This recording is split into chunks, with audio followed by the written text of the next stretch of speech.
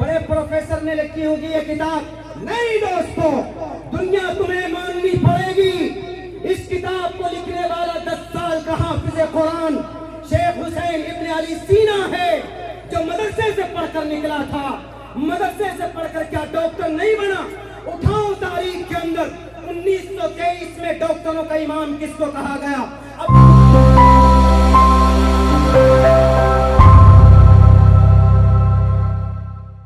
وبه نستعین واما بعد،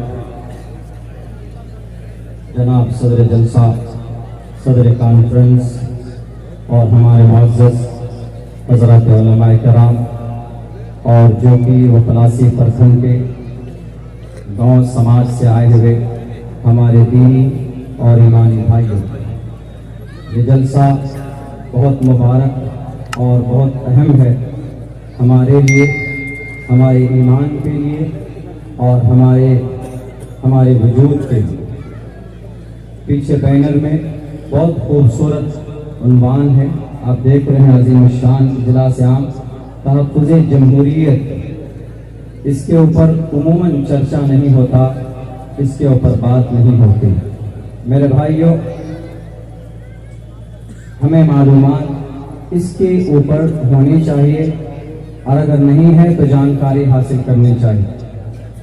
جس بینر تلے ہم لوگ یہاں پر جمع ہیں، جمعیت علماء ہند کے بینر تلے ہم جمع ہیں، اور یہ تنظیم کوئی آج کی یا 2 سال 3 سال پرانی تنظیم نہیں ہے، بلکہ یہ تنظیم 1919 کی رجسٹرڈ تنظیم ہے، ہمارے علماء کرام کی امانت اور ایک مضبوط تنظیم، جو تب سے لے کر آج تک انتھک محنت اور کوشش کر کے اس دیش کے اندر، اس ملک کے اندر ایمان، شریعت اور اپنے وجود اور سوشل ہر فیلڈ میں اس تنظیم نے کام کیا ہے، اور ہر کسی کو اس تنظیم سے جڑنا چاہیے اور مضبوط بنانا چاہیے، کیونکہ آپ اکیلے اگر کھڑے ہوں گے، آپ کسی کی نگرانی میں اگر نہیں چلیں گے تو یقین ہے کہ آپ پھسل جائیں، آپ کمزور بن جائیں۔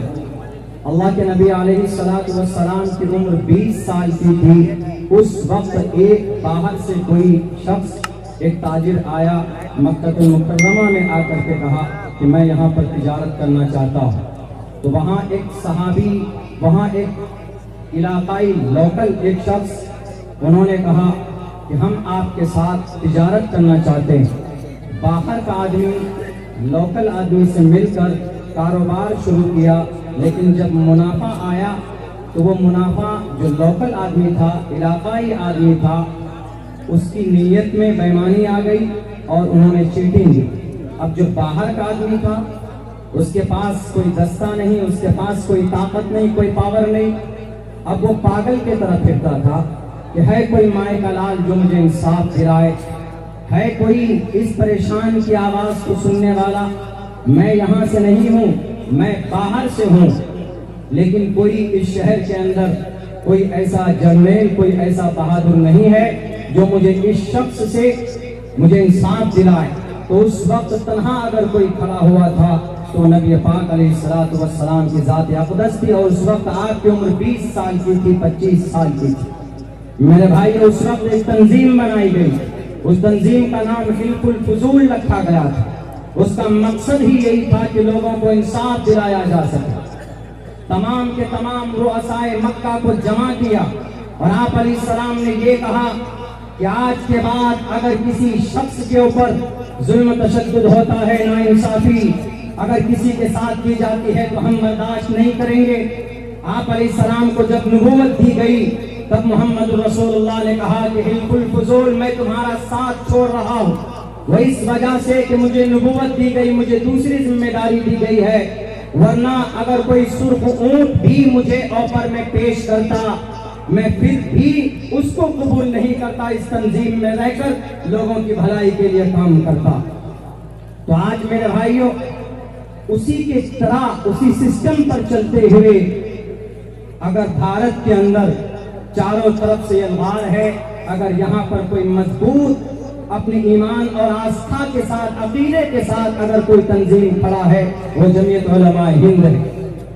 ہمارے علماء کرام ہی نہیں بلکہ دانشوران کی بھی شرکت ہے، کوئی چھوٹی موٹی تنظیم نہیں ہے۔ حکومت کی آنکھوں میں آنکھیں ڈال کر بات کرنے والی تنظیمیں سے افراد اس تنظیم کے اندر موجود ہیں، اور آج ہیں ہمارے اکابر علماء کرام، ہمارے استاد محترم سید مولانا ارشد مدنی صاحب دامت برکاتہم العالیہ ترمذی شریف ہم نے ان سے پڑھی، چلتے ہیں تو شیر کی طرح۔ میرے بھائیوں، ادھر ادھر بھٹکو گے تو برباد ہو جاؤ گے۔ ظالم اس وقت آپ کو چبانا چاہتا ہے، آپ کو ختم کرنا چاہتا ہے۔ اگر آپ کو اپنا وجود باقی رکھنا ہے تو تنہا نہیں، اگر تنہا ہوں گے تو کوئی بھی توڑ سکتا ہے۔ ہاتھ کی 5 انگلی ہے، ایک انگلی کو پکڑ کر کوئی بھی توڑ سکتا ہے، لیکن جب یہ 5 انگلی مل جاتی ہے تو ایک مضبوط گھونسا بن جاتا ہے، کسی کی بھی کھوپڑی کو توڑنے کی طاقت ہے اس کے اندر۔ اسی لیے بھارت کے مسلمانوں، بھارت کے مائنورٹیز کے لوگوں، ایک طرف اللہ ہے زمین پر اس تنظیم کی شکل میں، اور اللہ کی مدد بھی جماعت کے اوپر ہوتی۔ آپ کو پتا ہوگا، علماء بتائیں گے یہاں پر مجھ سے زیادہ، میں تو ایک طالب علم کی شکل میں ہوں۔ ہمارے استاد محترم یہاں پر بیٹھے ہیں، حضرت مفتی صاحب تشریف فرما، وہ آپ کو بتائیں گے کہ بھئی کیسے، کس انداز میں، کس طریقے پر خامخواہ جناب پریشان کیا جاتا ہے۔ کوئی آواز ہونی چاہیے ظالم کے سامنے، ان کی آنکھوں میں آنکھیں ڈال کر بات کرنے والا۔ ابھی کل کی تقریر میں ہم نے بنگلہ دیش کے بارڈر پر ایک بات کہی تھی، یہ مومن ہے مومن، اور جہاں پر ایمان ہوتا ہے وہاں بزدلی کی کوئی حیثیت اور کوئی اہمیت نہیں ہوتی۔ ایمان کا مطلب طاقتور جماعت، یونٹی کے ساتھ رہیں گے، اللہ کی مدد ہوگی، اور آپ کے پاس جو آپ کے سروں کے اوپر جو یہ جھنڈا ہے بلیک میں اور وائٹ میں، یہ کوئی معمولی جھنڈا نہیں ہے، یہ اسلامی جھنڈا۔ نبی پاک علیہ الصلوۃ والسلام جب مکہ المکرمہ کو فتح کرنے چلے تھے تو اس وقت کوئی جھنڈا تھا تو وہ یہی جھنڈا تھا۔ یاد رکھو، ترنگا معلوم ہے ہمیں، لیکن اسلامک جھنڈا کیا وہ نہیں معلوم۔ یہ جھنڈا اپنے دلوں میں بسا لو مسلمانوں، جو کہ ہاتھ کے مسلمانوں۔ اور ایک بات کہوں گا، اس جمہوریت کی حفاظت کرنی ہے تو اپنے بچے کو تعلیم دیجیے، اپنے بچوں کو ایجوکیشن دیجیے۔ اگر آپ کا بچہ تعلیم یافتہ نہیں ہوگا تو آپ کے بچوں کو ان کے اصلی حق حقوق سے محروم کیا جائے گا۔ آپ کا بچہ ان پڑھ ہوگا تو کہیں پر بھی ڈرایا جا سکتا ہے، کہیں پر بھی دھمکایا جا سکتا ہے۔ اگر آپ کا بچہ پڑھا لکھا ہوگا تو آپ کے لیے بھی مرنے کے بعد نجات کا ذریعہ بنے گا، اور اگر کہیں پر بحث کی بات آئے گی تو وہ سانپ کو پیر پر کھڑے ہو کر ببانگ لہل اپنی ریپرزنٹیٹو پیش کرے گا، اپنا عقیدہ پیش کرے گا۔ شرمائیے مت کہیں پر بھی کہ نہیں ہم مسلمان ہیں، ٹوپی اور داڑھی والے ہیں، نہیں، اپنے مشرہ لباس کے ساتھ، بالکل یقین کے ساتھ، اللہ کی ذات پر بھروسہ کر کے آپ جہاں پر بھی رہتے ہیں آپ مکمل استقامت کے ساتھ رہیں گے۔ سفر میں جاتے ہیں، حجر میں جاتے ہیں، آپ کا تشخص اور آپ کا لباس، آپ کا یونیفارم مکمل ممتاز ہونا چاہیے، کسی اور سے ڈرانے سے ڈریے مت کسی۔ ہم اس جمہوری ملک میں رہتے ہیں، جتنا ایک گیروا رنگ کے پہننے والے کا یہ دیش ہے، اتنا ہی یہ دیش ایک ٹوپی اور کرتا پیجامہ پہننے والے کا یہ دیش ہے۔ اگر نہیں ہے تو اٹھاؤ بھارت کا سمویدھان، آرٹیکل نمبر 14 کے اندر کہا گیا equality before law, the equal protection of the laws within the territory of India۔ اگر کسی کو مندر بنانے کی اجازت ہے تو مسجد بنانے کی بھی پرمیشن ہے، اگر کسی کو پاٹھشالے بنانے کی پرمیشن ہے تو مدرسہ بنانے کی بھی اجازت ہے۔ یہ ہم کو ہم نہیں، ہمارا سمویدھان اجازت دیتا ہے۔ آرٹیکل 30 صاف لفظوں میں کہتا ہے، صاف لفظوں میں all minorities whether based on religion shall have the right to establish and administration educational institutions۔ اگر یہاں پر اس دیش میں اگر کوئی منتر پڑھ سکتا ہے تو وہیں پر قرآن کریم کی آیت پڑھنے کی بھی آزادی، اگر کوئی اپنے دھرم کی بات کر سکتا ہے تو مسلمان بھی اپنے کلمے کی بات کر سکتا ہے، اس لیے کہ صاف لفظوں میں کہا گیا freedom of conscience and free profession and propagation of the religion within the territory of India۔ میں نے بھارت کے 3-4 آرٹیکل کا تذکرہ اس لیے کیا ہے کیونکہ تحفظ جمہوریت اس میں ایک لفظ ہے، جمہوری نظام میں یہ آرٹیکل لکھے ہوئے ہیں کہ ہر آدمی اپنے اپنے مذہب کی اپنے اپنے دھرم کا پرچار کر سکتا۔ میرے بھائیوں، اور تعلیم تو وہ چیز ہے کہ اللہ کے نبی علیہ السلام کو شروع پیغام جو دیا گیا وہ تعلیم کا دیا گیا، اقرأ باسم ربک الذی خلق، کہ آپ پڑھیے۔ اس سے پتہ چلتا ہے کہ first of all you have to educate your child, اپنے بچوں کو پڑھائیے، گوشت ماس مچھلی کھانے سے پہلے اپنے بچوں کو تعلیم دیجیے۔ یرفع اللہ الذین آمنوا منکم والذین اوتوا العلم درجات، ایمان والوں کا مقام اللہ کے نزدیک بڑا ہے، اس میں کوئی شک نہیں ہے، لیکن ان میں الگ سے ایک مقام بلند کیا ان لوگوں کا جو تعلیم یافتہ ہوتے ہیں۔ والذین اوتوا العلم درجات، اپنے بچوں کو تعلیم دیجیے، اور جن کے اندر اللہ کی تعلیمات آ جائے یقیناً وہ اس دنیا کے اندر بھی کامیاب ہوگا اور مرنے کے بعد بھی وہ کامیاب ہوگا۔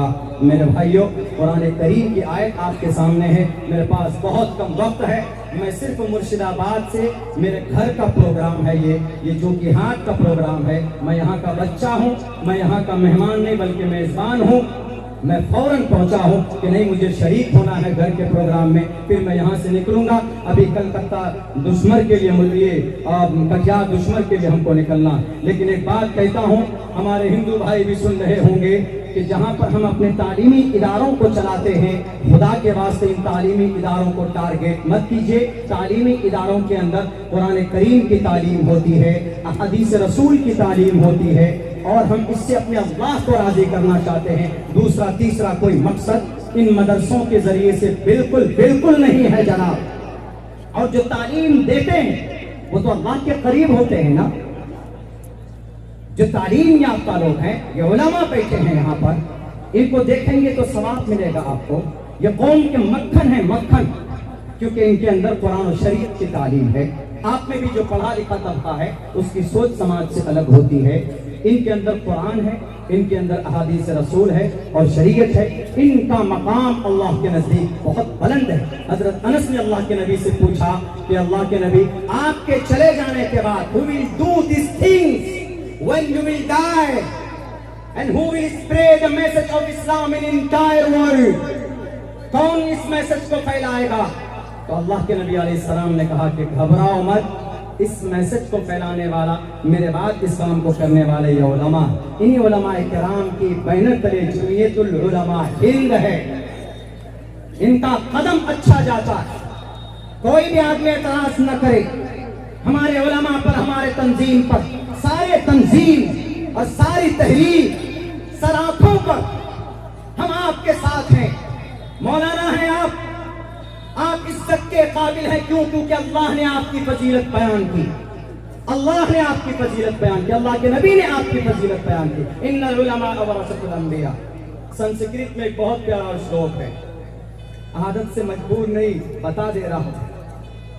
ادارا سرو ایویتے جانی تاتمیو مہیمتم آستھتہ سہی یکت آتما مامیوا متمام گتی۔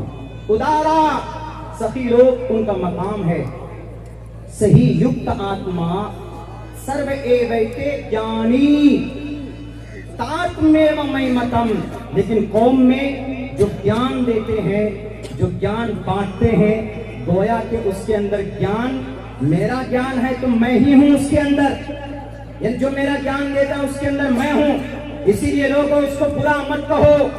یعنی مدرسے میں جو تعلیمات دیتے ہیں، ہمارے استاد محترم بیٹھے جن کے ہاتھوں سے میں نے پٹائی کھائی، ان کی محنت کی وجہ سے آج آپ کے سامنے میں بول پاتا ہوں، آپ کی دعاؤں کی وجہ سے، علماء کی دعاؤں کی وجہ سے میری زبان سے جو بھی الفاظ نکل رہے ہیں، کیونکہ انہوں نے محنت کی تو میں یہاں تک پہنچا اور ہم آپ کے سامنے بول پا رہے ہیں۔ میرے ہندو بھائیوں، تعلیم دینا گناہ نہیں ہے، اور غلط فہمی 1842 کے اندر پیدا کی گئی کہ صرف یہ قرآن پڑھنے والے، یہ صرف حدیث پڑھنے والے، یہ صرف اللہ کے نبی کی بات کرنے والے. یاد کرو، تاریخ بتاتا ہوں. آکسفورڈ یونیورسٹی کو اٹھاؤ، کیمبرج یونیورسٹی کو اٹھاؤ، میڈیکل کے اسٹوڈنٹ، ان کے طالب علم کو ایک کتاب پڑھائی جاتی. اس کتاب کا نام القانون ہے. اس القانون کتاب کو پڑھے بغیر کوئی MBBS ڈاکٹر نہیں بن سکتا، کوئی MD ڈاکٹر نہیں بن سکتا. Cambridge university, Oxford university, Harvard university, London میں بڑی یونیورسٹی، جب تک القانون ایک کتاب ہے، 10 لاکھ الفاظ ہیں، 5 جلدوں میں اتنی موٹی کتاب ہے، یہ کتاب جب تک نہیں پڑھے گا تو کوئی MBBS ڈاکٹر نہیں بن سکتا. آپ کہیں گے کہ بڑے پروفیسر نے لکھی ہوگی یہ کتاب. نہیں دوستو، دنیا تمہیں ماننی پڑے گی. اس کتاب کو لکھنے والا 10 سال کا حافظ قرآن شیخ حسین ابن علی سینا ہے، جو مدرسے سے پڑھ کر نکلا تھا. مدرسے سے پڑھ کر کیا ڈاکٹر نہیں بنا؟ اٹھاؤ تاریخ کے اندر 1923 میں ڈاکٹروں کا امام کس کو کہا گیا؟ ابو بکر محمد بن زکریا الرازی کو کہا گیا. مثانہ پتھری کے اوپر صحیح علاج اگر کسی نے بتایا ہے تو ابو بکر محمد بن زکریا الرازی نے بتایا. آپریشن کا طریقہ کس کا ہے؟ یورپ کا؟ چائنا کا؟ نہیں، ابو القاسم الزہراوی کا ہے، جو قرآن کی تلاوت کرنا جانتا تھا. آج بتاؤ، وینس، یہ وینس پلانیٹ 8 پلانیٹ ہے، اس کی تحقیق کرنے والا کون؟ ابن ہیثم، جو قرآن پڑھنا جانتا تھا. آیورویدک دوائی کو وجود میں لانے والا کون؟ اس شخص کا نام ہے ابو منصور البغدادی، قرآن پڑھنا جانتا تھا. آیورویدک دوائی کو وجود میں لانے والا. موتیابند ہو جائے، we are not able to look anything because we are disabled. ہم موتیابند ہو جائے تو نہیں دیکھ سکتے. موتیابند کی سب سے پہلی تحقیق اگر کسی نے کی ہے تو اس شخص کا نام ابو القاسم عمار موصلی ہے، جو قرآن کا پڑھا لکھا تھا. مدرسہ ہے، ایک طرف امام راضی، ایک طرف البیرونی. ایسا نہیں کہ مدرسے کے اندر صرف علماء پیدا ہوتے تھے.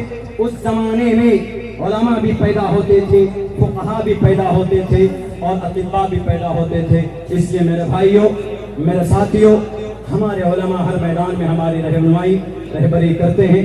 بس اللہ سے دعا کیجیے ہے کہ اللہ تبارک و تعالی ہمیں اپنے علماء سے بے پناہ محبت عطا فرمائے، اور ہمارے علماء جہاں جس طرح ہمیں استعمال کرتے ہیں ہماری بھلائی کے لیے، انشاءاللہ ہم لوگ لبیک کہتے ہوئے ان کی مدد کے لیے ہم لوگ شامل حال رہیں گے.